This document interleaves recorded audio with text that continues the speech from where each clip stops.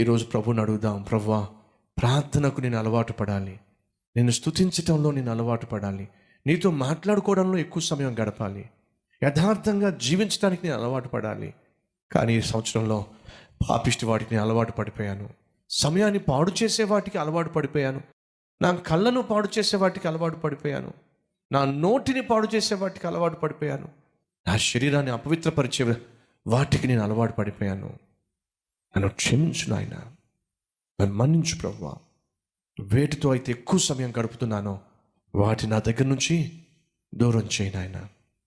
శరీర సంబంధమైన వాటి కోసం ఎక్కువ సమయం గడపకుండా నిన్ను సంతోషపరిచే వాటిలో, నీ చిత్తము చేసే వాటిలో, నీకు ఇష్టనిగా జీవించే వాటిలో ఎక్కువ సమయం గడిపే వాటికి అలవాటు పడే జీవితం నాకు దయచే ప్రభువా.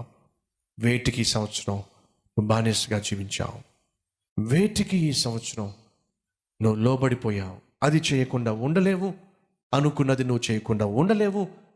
అది జరిగేంతవరకు, అది చేసేంతవరకు, అక్కడికి వెళ్ళేంతవరకు, ఆమెను కలిసేంతవరకు, అతన్ని కలిసేంతవరకు, అభూతు సినిమాలు చూసేంతవరకు, అది త్రాగేంతవరకు, అది తినేంతవరకు నువ్వు నిద్రపోవు. ఏమిటది? ఈ సంవత్సరం నిన్ను అంతగా అపవిత్రపరిచింది, నీ సమయాన్ని పాడు చేసింది, నీ మనస్సును పాడు చేసింది ఏమిటి? నీకు బాగా తెలుసు. ప్రభువుని అడుగుదాం ఈ సమయంలో.